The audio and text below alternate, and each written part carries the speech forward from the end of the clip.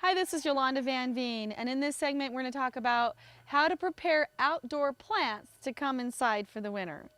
Now, if you live in a climate where it gets cold in the winter, there's lots of plants that you can grow outside over the summer, but you've got to bring them inside so that they don't freeze and you can save them for the next year. So here's a few tips. Now, my first bit of advice is to let Mother Nature do all the work.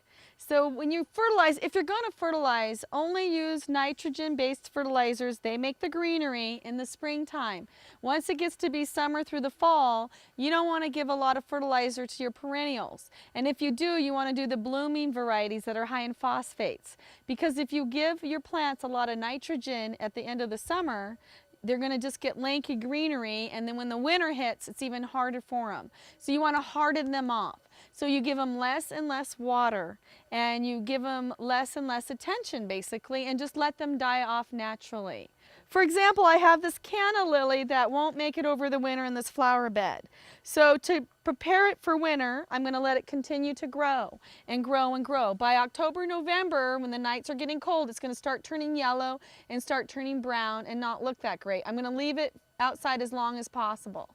Whenever the foliage starts looking really bad, I'm going to chop it to the ground, dig it back out, and then just leave it in a paper box and wrap it in newspaper for the winter. And then I'm going to turn around and plant it again outside in April.